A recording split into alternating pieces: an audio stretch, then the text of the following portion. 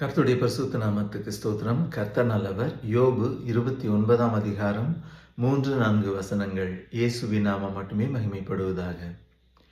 அப்பொழுது அவர் தீபம் என் தலையின் மேல் பிரகாசித்தது.